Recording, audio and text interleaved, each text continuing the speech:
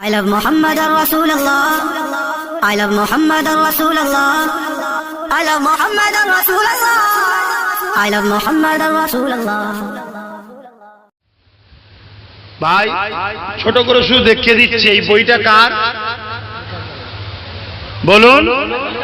রাজ্য সরকারের, পশ্চিমবঙ্গ সরকারের বই। কথা বুঝে আসছে? বইটার নাম হচ্ছে ইসলাম পরিচয়। এই বইয়ে সমাজের বুকে একটা কথা শোনা যাচ্ছে। আমি বলেছিলাম দাদা হুজুর পীর কেবলা 44টা প্রার্থী দিয়েছিল, শুনেছিলেন তো? ওটা আমি বলিনি ভাই, আমার মুখ দিয়ে বলেছিলাম, কিন্তু কথাটা তো আমার নয়। দাদা হুজুরের সঙ্গে আমি জন্ম নিয়েছিলাম, দাদা হুজুরের বিরুদ্ধে কিছু বিষয়ে কিছু বললেও কথা মানা যাবে? মানা যাবে না। যদি কেউ বলে প্রার্থী দেয়নি, সে কি জন্ম নিয়েছিল ভাই? তার কথা মানা যাবে না। তাহলে যে দলিল দিতে পারবে, ইতিহাস দেখাতে পারবে, সে মানতে পারবে। এবার যদি কেউ বলে ওরকম ইতিহাস লিখে দেওয়া যায়, তা লিখেই একটা দেখাও যে কি দাদা হুজুর দেয়নি। ঠিক না? এটা লিখেই দেখাও দেয়নি, কিন্তু আমি লিখিনি। ডক্টর আব্দুল্লাহ বাংলাদেশের বর্তমান, তখন তো দেশ ভাগ হয়নি, এখন ভাগ হয়েছে, বর্তমান তিনার বাড়ি বাংলাদেশে পড়েছে। বইটার নাম বঙ্গ রাজনীতিতে বঙ্গীয় উলামার ভূমিকা, পৃষ্ঠা হচ্ছে 97। তাতে লিখছে, দেখুন এই এলাকার কি আছে একজন পড়ুন না, এলাকায় একজন কেউ পড়ুন তো। দাঁড়ি পাল্লা ঠিক করতে করতে খদ্দের চলে যাবে। জমিয়তে উলামায়ে বাংলা আসামের প্রেসিডেন্ট। আমি যেটা পড়ছি তার সাথে মিলিয়ে এলে আছে না একটু সাক্ষী দেবে। ইমাম সাহেবকে এই গ্রামের, ওই আপনি একটু সাক্ষী দেবেন। জমিয়তে উলামার প্রেসিডেন্ট, এখানে আপনি একটু দেখে নেন, মৌলানা আবু বকর সিদ্দিক। তিনি জমিয়তে উলামার তরফ থেকে প্রজাহিতস্থ গণদর্দি মুসলমান মনে করে, কজন লেখা আছে?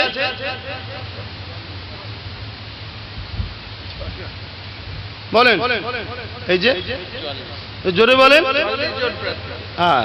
44 জন প্রার্থীকে মনোনয়ন পত্র প্রদান করেছিলেন। কথা বুঝে আসছে? কে লিখেছে? আমি একজন ডক্টরেট আল্লামা রুহুল আমিন সাহেবকে মানেন? রুহুল আমিন সাহেব মিথ্যা বলে? রুহুল আমিন সাহেব দাদা হুজুরের পিরিয়ডে জন্ম নিয়েছিলেন লাইনে। দাদা হুজুরকে দেখেছে না দেখেনে? পত্রিকাটার নাম সুন্নাত আল জামাত। কি নাম? সুন্নাত আল জামাত। পত্রিকার সম্পাদক আল্লামা রুহুল আমিন সাহেব। এই পত্রিকায় তিনি ওই 44 জনের নাম ঘোষণা করেছেন, ছাপিয়েছেন। এই যে 44 জনের নাম ছাপিয়েছেন, ছাপিয়ে প্রচার করছে কে? কার পক্ষ থেকে নিবেদন? মোহাম্মদ আব্দুল কাদের। এখানে যেভাবে লেখা আছে, ইনি কে? পীর আল্লামা সাসুবি আব্দুল কাদের সিদ্দিকী আল কুরাইশি সেজে হুজুর পীর কেবলা।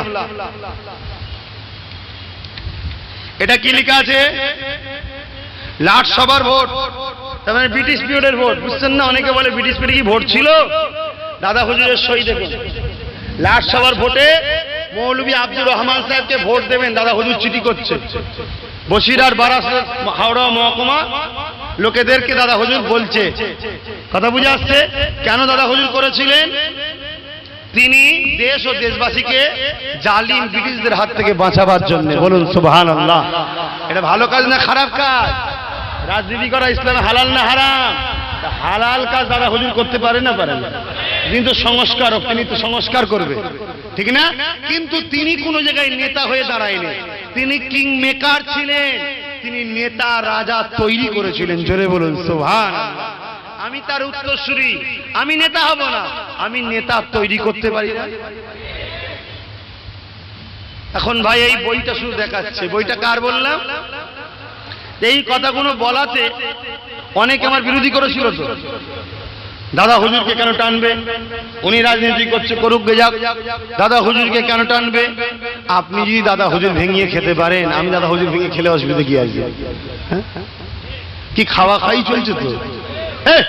লজ্জা লাগছে বলতে? খাওয়া খাই চলে না? যার ওসিলায় বাংলার মানুষ আব্বাস সিদ্দিকীকে চিনল, সে দাদা হুজুরের জন্য আব্বাস সিদ্দিকী কি করেছে? হ্যাঁ, কি করেছে? একটা বড় স্কুল করতে পেরেছে, বড় হসপিটাল করতে পেরেছে, কিছু করতে পেরেছে? তো তাকে ভেঙে খাওয়ানো হচ্ছে না? তবে মাফ করবেন আমাকে, আমি চেষ্টা করছি, 100 বিঘে জায়গা কিনেছি, আপনারা নিশ্চয়ই জানেন। অনেকে বলছে ইটা সিটা হ্যান ত্যান, অনেকে আবার বলছে জায়গা বিক্রি হয়ে গেছে। ভাই হয়নি, খদ্দের খুশি করবো। হ্যাঁ, আগে বলছিল কেনে নে, এখন বলছে কিনেছে, মানে বিক্রি করার জন্য বিক্রি করে দিয়েছে আবার বলছে। তা যাক, আমি বিক্রি এখনো করতে পারিনি, তবে খদ্দের খুশি। আপনাদের খদ্দের থাকলে বলবেন, কিছু কনসেশন দেবো, বলি 2% করে না কি দেয় তো জমি বিক্রি 2% কপার্সেন্ট এখানে। আরে জমি টমি দেখে দিলে কপার্সেন্ট দেয়? কেনেন না জমি কখনো? জমিন কেনেন না? লাখে 10,000, বাপরে বাপ, হেভি ইনকাম তো। আমাদের ওখানে 2%, লাখে 2,000। ভিআইপি আপনারা এলাকার লোক তো, আমরা গ্রামগঞ্জের লোক তো। যা 2,000, তা অনেক টাকা হবে। খদ্দের খুঁজে দেন না, কথা বুঝছেন না? অনেকে আবার বলছে এটা করতে হবে, ওটা করতে হবে, কি হলো না হলো, কত টাকা উঠেছিল বলবে বলেছে। ভাই আপনারা শুনেছেন কত টাকা উঠেছিল? শুনেছেন তো নাকি? আমি বলে দিচ্ছি নেটে, আবার বলে দিচ্ছি। 2 কোটি টাকা নগদ, ইট বালি রড সিমেন্ট যা আছে সব মাঠেই পড়ে আছে, লোক দিয়েছিল। আর আমাকে গাড়ি কিনতে বলেছিলাম না 100 কোটি টাকা দেন, সেই 33 লক্ষ টাকা উঠেছিল, ওটা নলেজকে দান করে দিয়েছি। আমার তো গাড়ি কেনা হলো না। কি গো আব্বা, আমি যদি এখন আবার গাড়ি কেনার টাকা চাই দেবেন তো? কিন্তু এখন গাড়ি কিনতে হবে না, একটা বিজেপি থেকে সাদা গাড়ি দিয়েছে, ওই যে চাপচি দেখেন না, ওটা বিজেপি থেকে দিয়েছে। অসুবিধা আছে নিলে? তো বিজেপি যখন হুজুরকে দিচ্ছে, মানে বিজেপি তাহলে হুজুরের মহব্বতের লোক তো। বিজেপি যদি হুজুরের হয়ে যায়, তাহলে হুজুরের মুরিদের তার টেনশন নেই। কি কথা বলছে, হুজুর নাকি টাকা নিয়েছে বিজেপির থেকে। টাকা নয় রে বোকা, সাদা গাড়িটা দিয়েছে, আর বলেছে 14 টাকা কিলোমিটার দেবে, ওটাও বলেছে সাথে। তো যাক, এখন গাড়িওয়ালা যদি শুনতে পাই ভাববে হুজুর তাহলে আমায় বিজেপি বলছে নাকি। আমি ভাই সবসময় ভাড়া গাড়ি নিয়ে ঘুরি, কথা বুঝে আসছে। নিজের গাড়ি অনেক টেনশন থাকে, আর থাকে। কোথা বললো টায়ার পাংচার, কোথা বলছে হেডলাইট গন্ডগোল, কোথা বলছে এই হয়েছে। ও অত ঘুমের ঘরে খেয়াল রাখার সময় নেই। বাবা লিয়াই না, টাকা লে চলে যা, তোর গাড়ি ভাঙলো চুললো, তুই তো সামলাগে যা, কিলোমিটার লে চলে যা। হেডেকটা কমাতে হবে, সব মাথায় রাখলে হয়, অনেক দিকে হেডেক। তো যাই হোক, এই বইটা আমি তিনাদের ঘরে বলছি, যিনারা বলছেন যে আব্বাস সিদ্দিকী দাদা হুজুরের নাম নেবে। এই বইয়ের 47-48 পৃষ্ঠায় লেখা আছে, 47 পৃষ্ঠায় লেখা আছে, দাদা হুজুর মৌলানা আবু বকর সিদ্দিক, তিনি ছিলেন যুগশ্রেষ্ঠ সাধক, শ্রেষ্ঠ আলেম, ইসলামিক প্রচারক, সাংবাদিকতার পৃষ্ঠপোষক, শিক্ষা অনুরাগী ও রাজনীতিক। কে লিখছে ভাই? পশ্চিমবঙ্গ সরকার, তার বই। বুঝতে পারছেন না, পারেন না? তাহলে যে সকল ভাইরা বা যে সকল ব্যক্তিরা দাদা হুজুরের কথাটা বলার জন্য আমার বিরোধী করেছিলেন, আপনারা এই বইটার বিরোধী করছেন না কেন? ঠিক না? আর 48 পৃষ্ঠায় কি লেখা আছে, এটা মন দিয়ে শুনবেন।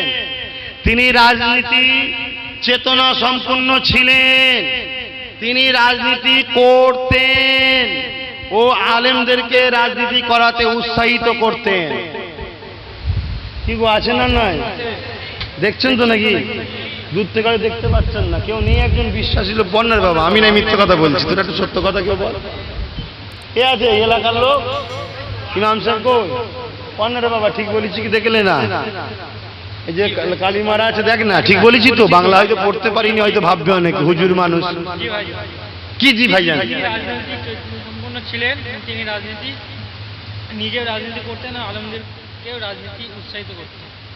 আমি যেটা বলেছি আছে তো, কথা বুঝে আসছে? তাহলে এই বইটা আমি লিখেছি, এই বইটা যদি ভুল হয় আমার দোষ। পড়েছি বলেছি, এই বইটা আপনাদের বাচ্চাদের ঘরে পড়ানো হচ্ছে, হাই মাদ্রাসায় 9ম ক্লাসে। তাহলে বাচ্চারা শিখছে তো।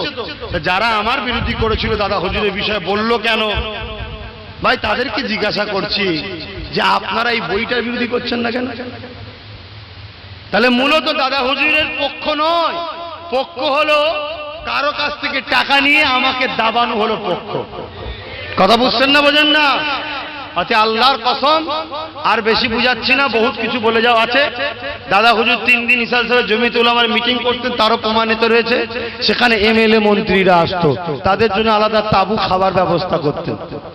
কথা বুঝছেন না, বোঝেন না? এবং শরিয়াতে ইসলাম বলে এই পত্রিকাটা শুনলে খুব ভালো উত্তর পাবেন আপনারা। একটুখানি খুব ভালো কথা এতে রয়েছে, দেখবেন, একটু শুনবেন।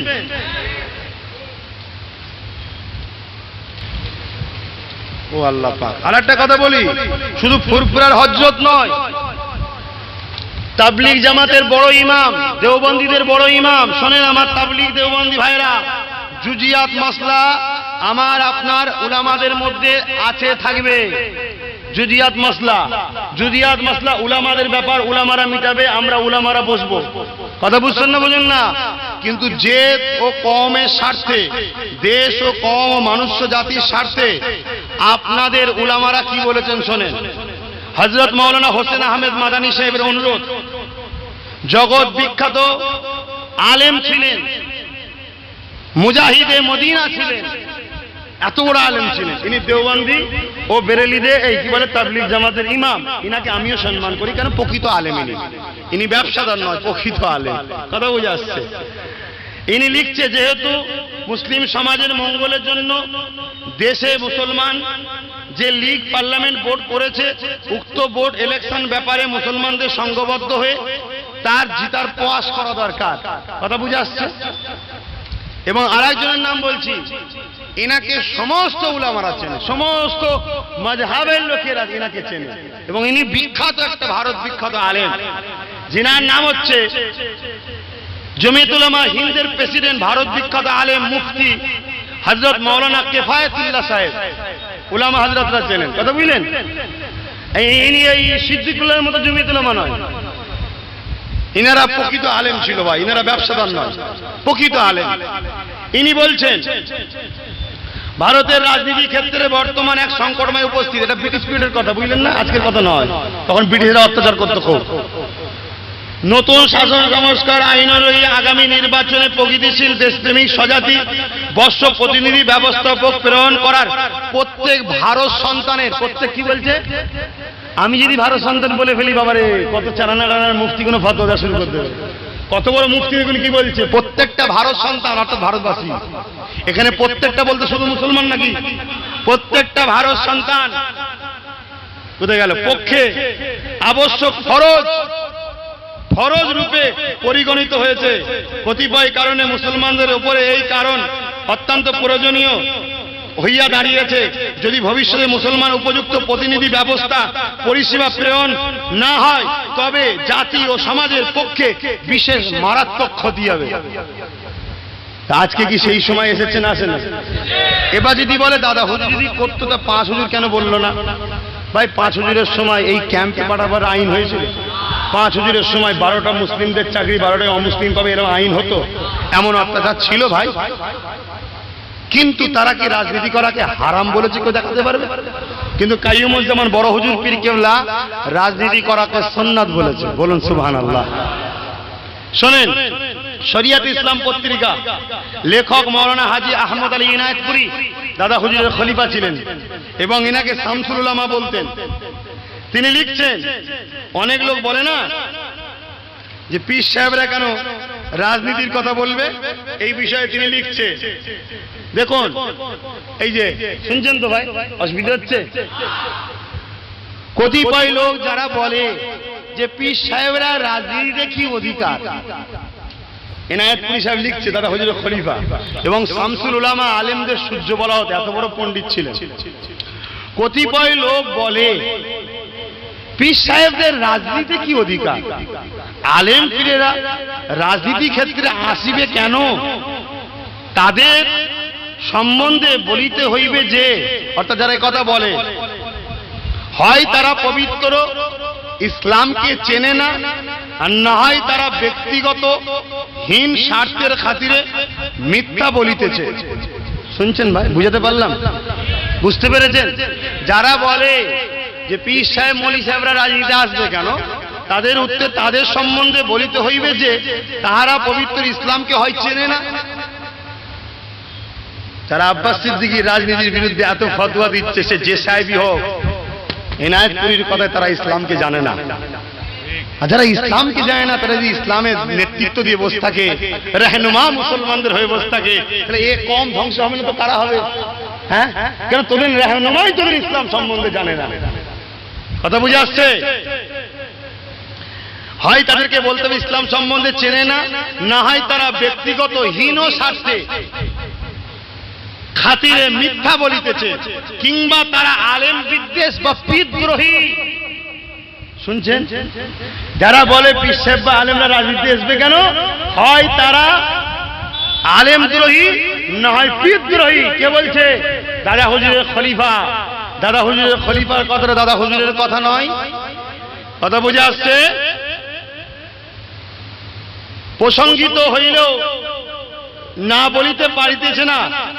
আগামী আইন সভায় কত সংখ্যক উপযুক্ত কর্মী আলেম প্রেরণ করিবার ব্যবস্থা হইয়াছে, যাহারা চোখে সর্ষফুল দেখিতেছে, নিজেদের একচেটিয়া কি লিখা আছে মুর্শিদ স্বার্থে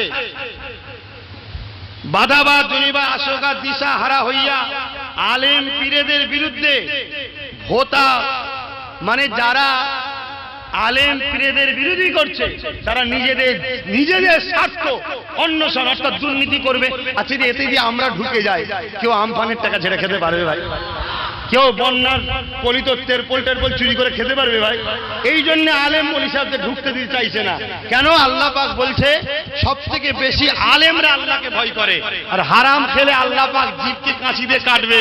আলেমরা কখনো চুরি করতে পারবে? কথা বুঝে আসছে? এইভাবে অনেক আছে ভাই, প্রচুর দলিল আছে, আমি ওই দিকে আর যাচ্ছি না।